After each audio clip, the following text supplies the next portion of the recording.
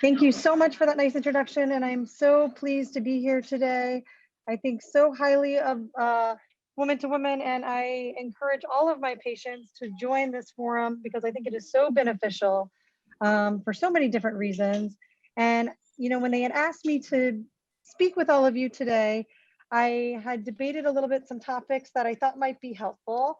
And much of this information, I think many patients are aware of or have heard these recommendations before, but I thought it might be useful just to go over it from a physician standpoint, as we don't always have the opportunity to talk to patients about lifestyle changes for weight loss and healthy living in general, particularly for our patients that are in the survivorship cohort. And some of these really simple things I think can provide extreme benefit. So thank you for the very nice introduction, and we will get started. So the objectives of today's talk were first to evaluate how obesity impacts the patient's cancer journey and to discuss various lifestyle changes to promote overall health and well-being, as well as examine evidence-based recommendations for effective weight loss and examine their safety in cancer survivors. So, what is the impact of obesity for particularly gynecologic oncology cancer patients and along their cancer journey? Well, we know that obesity is a risk factor for many cancers, many of the GYN cancers included, and that a patient's body weight and their nutritional status markedly impact their perioperative oncologic care, chemotherapy administration, recurrence risk, and survivorship goals. So in particular, and of importance, there's evidence that being overweight increases the chance of recurrence and can lower odds for survival. So within both breast and gynecologic cancer, some of the data to date shows that women who gain more than 13 pounds during treatment for early stage breast cancer are 1.5 times more likely to experience a cancer recurrence. Obese women demonstrate increased risk of mortality from cancers of the breast, uterus, and cervix. Obese US women have higher rates of mortality from cervical cancer compared with their normal weight counterparts in multiple studies that have been performed. And obese women carry a 17% greater risk of dying from ovarian cancer than their normal weight counterparts. And that's why we care so much about this. So if there are some modifiable risk factors and things that we can do to promote better health and lifestyle, we should be encouraging all of our patients to do so. So what is the link between obesity and cancer carcinogenesis?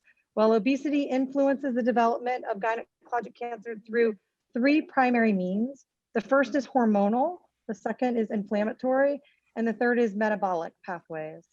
So to give some examples of all of these, we know that elevated levels of circulating estrogen in overweight and obese women can lead to endometrial stimulation and overgrowth, and is thought to be part of the reason that can contribute to increased risk of endometrial cancer in particular. We also know that obese women have enlarged fat cells called adipocytes, which then recruit inflammatory cells and help promote inflammation, which is also thought to play a role in the development of cancer. Metabolic changes that are associated with obesity can include things like altered glucose metabolism and insulin resistance that can be linked with prediabetes or diabetes. And these anabolic signals that then are created due to these metabolic changes are also thought to promote further tumor growth. So we know that with treatment completed, many patients often want to put cancer behind them, resume a more normal life. And this is a time where patients really can take charge of their health, focus on wellness, and ensure that they are no longer still doing unhealthy habits. And research shows that the best formula for helping to discourage any recurrence of cancer is proper nutrition combined with weight control and exercise. So health and well-being goals for cancer survivorship include all the things listed here that we'll go over very briefly today. So exercise, eating a balanced diet, maintaining a healthy weight, which for some patients, if that involves weight loss, should be a slow and steady weight loss, which we typically encourage about a 2-pound weight loss per week. control of the number of calories that one eats, balanced against the amount of exercise one completes in a day, getting good sleep and having good sleep hygiene, reducing stress, avoiding tobacco, and minimizing consumption of alcohol. So exercise, we know that regular exercises increases one's sense of well-being after cancer treatment and can help speed patients' recovery. So cancer survivors who exercise may experience things like increased strength and endurance, fewer signs and symptoms of depression, less anxiety, reduced fatigue, improved mood, higher self-esteem, less pain, improved sleep, and lower risk of cancer recurring. The American Cancer Society recommends that adult cancer survivors exercise for at least 150 minutes a week, including strength training at least 2 days a week, and that again, the focus should be on small steps to make one's life more active and slow and steady changes to one's daily routine. So this can include things like taking stairs more often, or if you drive in today's day and age in New York, parking further from the destination and making sure you walk the rest of the way. In addition to exercise, we know that the balance also comes with what one puts into their body. So ensuring that one eats a balanced diet, which typically includes a diet that has variety and emphasizes fruit and vegetables as the primary source, as well as whole grains for the carbohydrates. There's strong evidence that a plant-based diet cuts the risk of cancer. Red meat has been thought to promote inflammation in human tissues, while plant foods contain various antioxidants that can help protect cells from these free radicals and is thought to be potentially protective for some cancers. The American Cancer Society puts out recommendations for cancer survivors in regards to a balanced diet, and this includes eating at least 2.5 cups of fruit and vegetables every day, choosing healthy fats, which include things like foods that are very high in omega-3 fatty acids. These includes foods like fish and walnuts, selecting proteins that are low in saturated fat, such as fish, lean meats, eggs, nuts, and legumes, opting for healthy sources of carbohydrates, such as whole grains, legumes, fruits, and vegetables. Other tips to maximize nutrition that come from other sources for cancer survivors include eating a minimum of 5 servings of fruits and vegetables a day, again, opting for whole grains and lean protein. When intaking dairy, the recommendation is for consumption of low-fat dairy, aiming for a variety of foods, eating the fatty fish and foods that are high in vitamin D. And, I put this bullet in here because I get a lot of questions from patients in regards to additional supplements that they could be taking. And really, food, not supplements, are thought to be the best source of vitamins and minerals for patients. So whenever tolerated, the recommendation for cancer survivors is to get their source of daily minerals and vitamins from food sources, not supplements. And we have to be careful with additional supplements that the correct amount is taken, because there has been a lot of discussion in the past about mega dosing of various supplements, which really is not well supported from the current literature.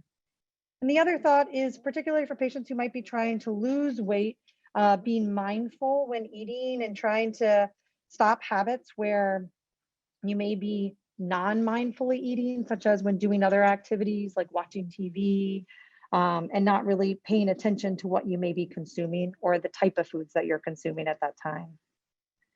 So the other obviously recommendations involve maintaining a healthy weight. And for some patients, that may be having to gain some weight after chemotherapy, or that may be, a time in their lives where they decide to try to start losing a little bit of weight after treatment and being into their survivorship.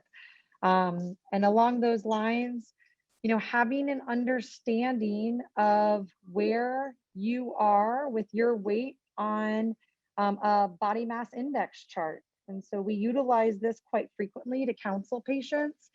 Patients who have a BMI greater than 25 are considered to be overweight, and that above 30 are considered to be obese. And within the United States, the majority of women today fall into this overweight and obese category. So having an understanding of where you lie within this, and again, the emphasis isn't always just on one solid point, but a trajectory over time, and allowing your providers to help get you to where your goal is, and by continually checking in with us to make sure that we're able to help get you there. There is a lot of also evidence regarding resting well and getting good sleep. We know that sleep problems are more common in people with cancer, even in cancer survivors. This can be due to physical changes, side effects of treatment, stress, or other reasons. So getting enough sleep is a really important part of cancer recovery. Sleep gives your mind, body time to rejuvenate and refreshes to help you function at your best while awake. And getting adequate good sleep can help boost cognitive skills, improve hormone function, and lower blood pressure. So the emphasis here should be on practicing healthy sleep hygiene.